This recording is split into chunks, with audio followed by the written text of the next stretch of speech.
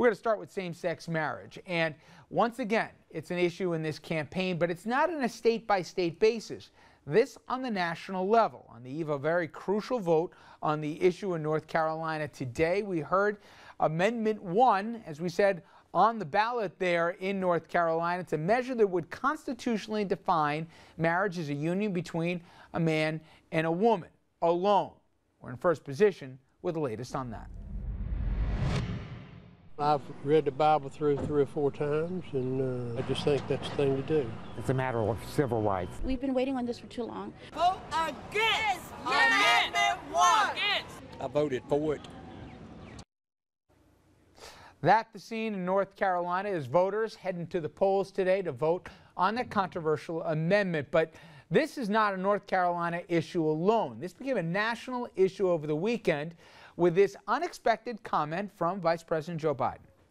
I am absolutely comfortable with the fact that men marrying men, women marrying women, and heterosexual men and women marrying women are entitled to the same exact rights, all the civil rights, all the civil liberties.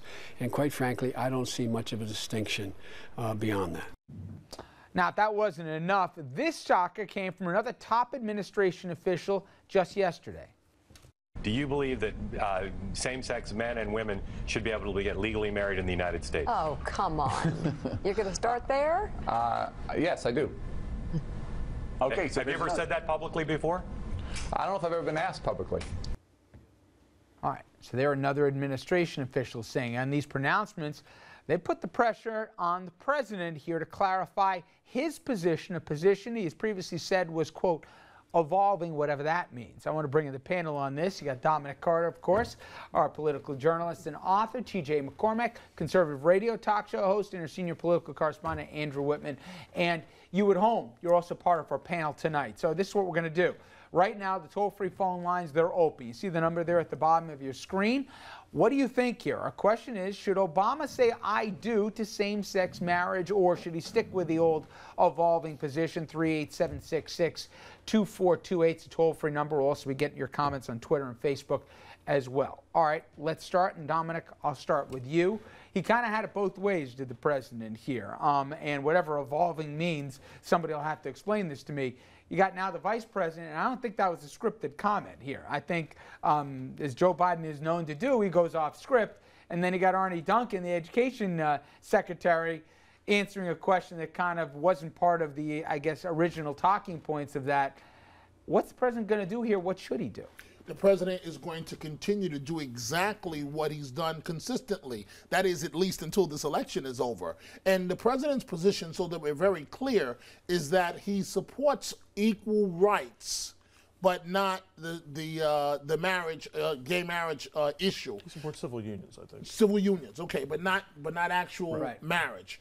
And so I think that Biden, that was scripted from the White House. I think it was scripted what Arne Duncan did. They are trying to, frankly, have it both ways. I think that they were sending a message to gay supporters that we're with you, but this is a very contentious issue, and we have to get past the election. Andrew, I've heard 2 different schools of thought on this. If this was a coherent press message that the vice president knew what he was doing when he said what he did on Sunday on the morning shows, why the heck would you create a position where in the executive branch you got 2 completely different opinions on the issue of same-sex marriage?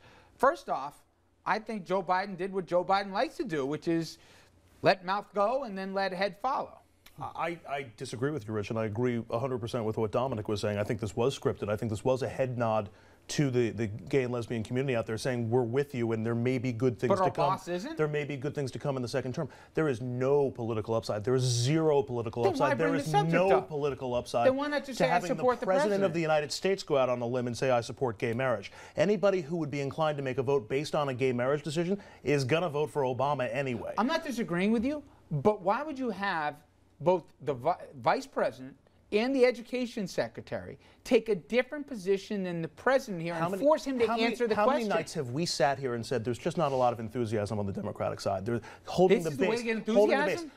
I disagree with my boss. To remind the base that yes, there is a progressive niche within this administration. Yes, this is an issue that we're focused on and that will come center stage at some point down the road without actually putting the president in the position of getting bashed by Republicans for supporting same-sex marriage? What we have up till now is the first African-American president of the United States being perfectly comfortable with separate but equal. And that is a shame. I am a pro-gay marriage conservative. And so you're the one. It's me and 7 other guys. And you know something? I tell you what. And here's the thing. What's so disappointing about this is that for the longest time you've been having these accusations leveled at the right by the president of political brinksmanship in Washington. We heard that when we were downgraded, and that was political brink. This is the political brinksman in chief. This man is playing with people's lives for his own political expediency. This is disgusting, to be quite honest. A wink and a nod. So that's not what you do to people's lives. In North Carolina? The president wants to make it illegal in North Carolina, constitutionally illegal in North Carolina? No, the president is not willing to. The president is more concerned about being reelected and than the well-being and the lives and the livelihoods of gay and lesbian and bi and transgender, that whole big thing, all across the country. And it's a shame. He's playing with their lives. And here's the real sad thing, too, is there's that we one know. thing you could accuse him of not having political courage here, and I don't think that's an unfair He's an absolute charge. coward. However, what's happening on a state-by-state basis, listen, he was in New York today. He was standing shoulder to shoulder with Andrew Cuomo. State of New York, as we covered there live that night from Albany, you remember, Dominic, New York passed same-sex marriage here. We've seen a host of other states follow suit as well. It's on a piecemeal basis. I don't agree, though, that, listen, whatever you think of this White House, they're pretty smart in terms of messaging here. To have this kind of message, I just don't get it.